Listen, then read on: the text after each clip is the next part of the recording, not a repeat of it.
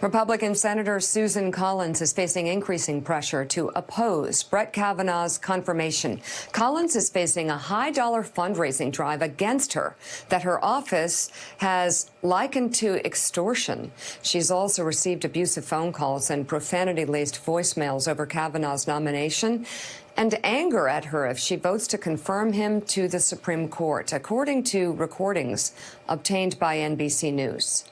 Progressive activists are pressuring the Republican senator over concerns that, if confirmed, Kavanaugh may help to undo Roe v. Wade. However, Collins has said very little about how she might vote on Kavanaugh's upcoming confirmation. Kasie, have we ever seen anything like this, where the people begin to speak out and it becomes a dicey political game for a senator, potentially facing re-election concerns even?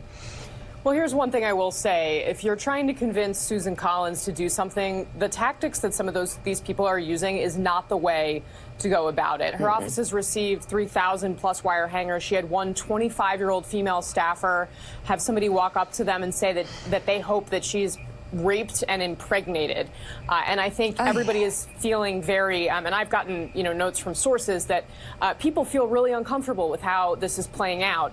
Susan Collins really values her reputation as being independent. She did vote for Neil Gorsuch, which of course went along with the president here. But she has acknowledged, she told a Maine newspaper that if in fact some of the charges Democrats have leveled at Kavanaugh, that he has not told the truth in his hearings, that would be a very serious concern for her.